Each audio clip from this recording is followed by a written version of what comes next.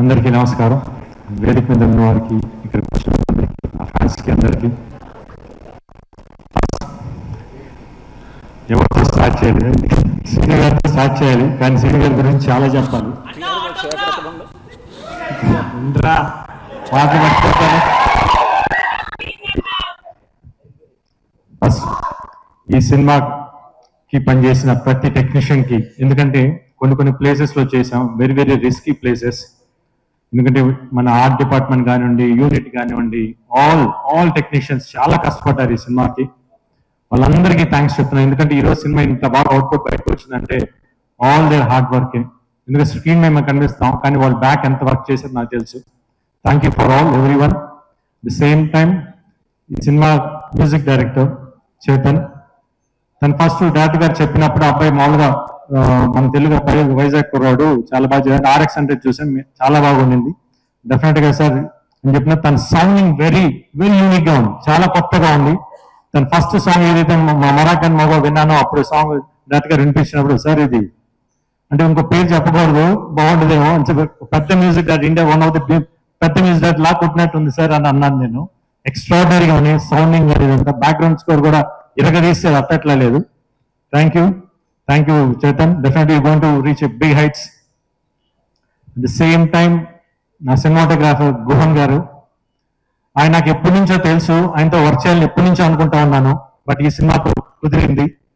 ఆయన ఫోటోగ్రఫీలో ఎంత లడ్డులా చూపిస్తారంటే, ఎంత అందంగా చూపిస్తారంటే, లొకేషన్స్ కానీ, హీరో కానీ, హీరోయిన్ కానీ. ఈ సినిమా వర్క్ చేసిన చాలా చాలా హ్యాపీగా ఉంది, ఎందుకంటే వెరీ కూల్ పర్సన్ సెట్ లో, బట్ ఆన్ అవుట్పుట్ వచ్చేటప్పుడు ఎక్స్ట్రాడనరీ అవుట్పుట్ చేస్తారు. Thank you so much. At the same time నా ప్రొడ్యూసర్ ఇద్దరికి థ్యాంక్స్ చెప్తున్నాను, ఎందుకంటే ఈ సినిమా ఇంత బాగా రావడానికి కాపాడారు. ది సేమ్ విశ్వప్రసాద్ గారు రావడం నాకు ఈ సినిమాకి చాలా పెద్ద ప్లస్ అయింది. Thank you so much sir. The same time Gopi Mohan, ఈ సినిమాకి రైటింగ్ స్క్రీన్ ప్లే కానీ డైరెక్టర్ గారికి హెల్ప్ చేసిన రైటర్స్ గారు అందరికీ, ఆల్రెడీ నేను 2 సినిమాలు చేశాను, లక్ష్యం, లౌక్యం, దీనికి మళ్ళీ చేస్తున్నాను. డెఫినెట్గా we're going to hit the same range of hit again. The same time ఈ సినిమాకి వర్క్ చేసిన ప్రతి ఆర్టిస్టులు నాతో వర్క్ చేసినప్పుడు నేను వాళ్ళకి సారీ చెప్పాలి, ఎందుకంటే వాళ్ళతో యాక్ట్ చేసేటప్పుడు నేను వాళ్ళని ఇబ్బంది పెట్టాను. ఎందుకంటే వాళ్ళు యాక్ట్, ఎందుకంటే సీన్స్ అట్లా ఉన్నాయి, వాళ్ళు చేస్తున్నప్పుడు నాకు నవ్వు వస్తుంది. నాకు నవ్వు 1 టేక్ 10 టేకులు చేసేవాళ్ళు పాపం, బట్ వాళ్ళు తిట్టుకున్నా కూడా నేను ఏం చేయలేదు, ఎందుకంటే నాకు నవ్వు వస్తాను, ఎందుకంటే సీన్స్ అంత బాగా వచ్చినాయి. ఎక్స్ట్రాడినరీ, ఎందుకంటే సెట్ లో నవ్వుకుంటానే ఉన్నాం ప్రతి సీన్ చేసేటప్పుడు. Thanks for all the artist who cooperated with me. ఇంకా ఫైనల్లీ లాస్ట్ నా డైరెక్టర్ శ్రీను గారితో నేను ఇప్పుడు కాదు, ఎప్పటి నుంచో చేద్దామని అనుకుంటా ఉన్నాను, బట్ 2-3 years బ్యాక్ కుదిరింది. ఫస్ట్ ఒక ఫంక్షన్ లో కలిసా, అప్పుడు అడిగాను డెఫినెట్ గా మళ్ళీ చేద్దాం సార్ అని చెప్పేసి అని, తప్పకుండా చేద్దాం గోపి అని చెప్పేసి అన్నారు. అప్పటి నుంచి జర్నీ స్టార్ట్ అయింది.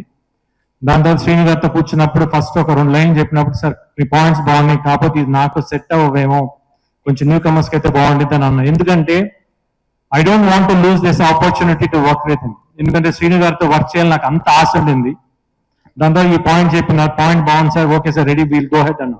లేదు గోపి, నా వర్క్ ఇప్పుడే స్టార్ట్ అయింది, ఎందుకంటే నా దగ్గర నుంచి ఎక్స్పెక్ట్ చేసేది మళ్ళీ నేను ఇవ్వాలి అది అని చెప్పేసి కసిగా 7 months కూర్చొని, నేను మాకు 7 months గ్యాప్ ఇవ్వని చెప్పి మొత్తం పర్ఫెక్ట్ స్క్రిప్ట్ చేసుకొని వచ్చారు. చెప్పినప్పుడు నవ్వుతూనే ఉన్నాను చెప్పినప్పుడు.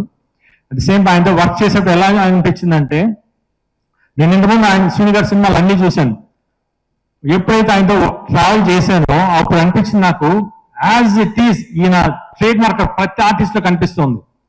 నేను సెట్ లో వెళ్ళిన 2 రోజులు ఫస్ట్ కొంచెం కష్టంగా అనిపించింది, తర్వాత ఆయన చేస్తుంటే ప్రతిసారి వచ్చి యాక్ట్ చేసి చూపిస్తారు, నేను నవ్వుకుంటే పక్క వెళ్ళిపోయాను.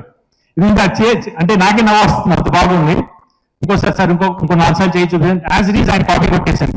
ఎందుకంటే అంత బాగా పర్ఫార్మ్ చేస్తారు, ఎందుకంటే ఆయన timing is very unique timing. ఆ పాజెస్ కానివ్వండి, మాట చెప్పి అంటాం, ఎక్స్ట్రాడినరీగా ఉంటాయి. ఎందుకంటే ఆయన జర్నీ నేను అంత బాగా ఎంజాయ్ చేశాను. అంటే ఒక పర్సనల్ గా అంటే డైరెక్టర్ బాగా పక్కన పెట్టి ఒక బ్రదర్ గా ఫీల్ అయ్యాను. ఎక్స్ట్రాడినరీ పర్సన్, అంటే ఒక ఆర్టిస్ట్ ని ఎంత కంఫర్ట్ జోన్ లోకి తీసుకురావాలి, తీసుకొచ్చి తనకు కావాల్సిన అంత పర్ఫెక్ట్ గా తీసుకుంటారు. Thank you so much sir. Definite గా నేను చాలా సినిమాలు చేశాను, ఇంత కంఫర్ట్ నేను ఎక్కడ చూసాను, బట్ స్టిల్ మీ దగ్గర చాలా కంఫర్ట్ అయ్యాను. At the same time very unique person అండి ఆయన. బేసిక్లీ అంటే సెట్ లో నేను ఏ రోజైతే ఆయనతో ఫస్ట్ డే కూర్చున్నాను ఈ రోజు దాకా, నిన్న నైట్ దాకా కంటిన్యూస్ గా సినిమా మీద వర్క్ చేస్తున్నారు. Not even single minute divert అవ్వలేదు. అంటే ఇట్లా అంటే డైరెక్టర్స్, బట్ ఇట్లాంటి డైరెక్టర్స్ నేను ఎందుకు ఇన్ని రోజులు చేయలేదని నేను చాలా రోజులు బాధపడ్డాను. బట్ ఇప్పుడు నాకు ఈ ఆపర్చునిటీ వచ్చింది. డెఫినెట్ గా చెప్తున్నాను, ఈరోజు ఈ సినిమా రేపు దసరా October 11 రిలీజ్ అవబోతుంది. థియేటర్ లో కూర్చున్న ప్రతి ఒక్కరు నవ్వు ఆగదు, మీకు చెప్తున్నాను. యాక్షన్ గా ఉంది, నవ్వు కానీ కాంట్రాక్ట్ ఎక్స్ట్రాడినరీగా వచ్చింది. People are going to enjoy. One word I can say, Srinu Vaitla garu is back with bang. Thank you so much. Thank you Gopichand garu. Thank you.